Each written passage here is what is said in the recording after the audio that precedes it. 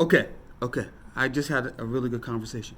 This video is specifically for those that are 35 and older.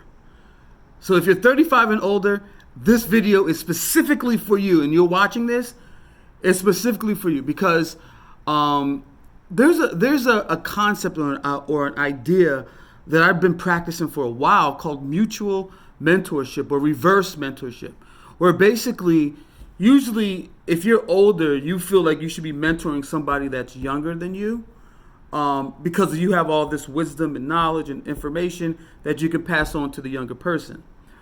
And I think there's definitely merit and room for that.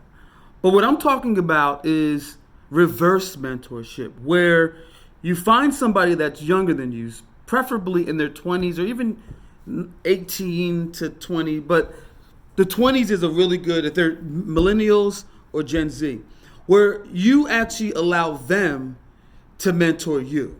You allow them to give you insight and information from their perspective, as they're the ones that are actually going to be reshaping or rewiring the world that we're going to be living in.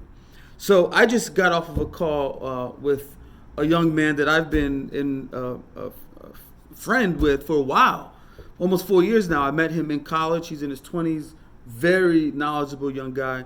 But our conversations are so fruitful because I'm asking him questions that I wouldn't not necessarily ask my peers that are my same age, that are in their 30s or 40s. I'm able to ask a different set of questions so I can see things through his eyes. And what that does in return is it gives me a broader scope, because I do have a 20-month-old daughter. So that gives me an insight on how to raise her, because it allowed me to see how the world is. But ultimately, I do have this idea called the feedback loop of thirds, where you should have somebody that you're looking up to, your peers, and then someone that's looking up to you. So that feedback loop of thirds should always be going. But the one I'm talking about is, do you have so my question for you is, if you're 35 or older, do you have the humility to be mentored by a millennial or a Gen Zer? Because I'm telling you, that will be your competitive advantage. I truly believe that over the last 5 years that I've been working with young people, and I've adopted this whole reverse mentorship model, it just it gives me such a competitive advantage, and it allows me to see around the corners that I just want to share that, because I just got off a call with him right now, and I just like the insight that I gathered from that call is really, really making me think.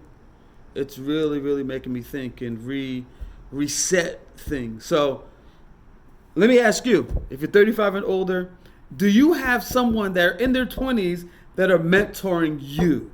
If you don't, I definitely recommend that you do. You will not regret it. You will not regret it. Find yourself a mentor or someone that's younger than you. I'm telling you, it'll change the game. It keeps your mind sharp. It keeps you feeling young. It requires you to understand what's going on with culture and all those things. Keeps your fingers on the pulse. And it literally is like a fountain of youth. It's a shortcut to a fountain of youth, and it's a great exchange.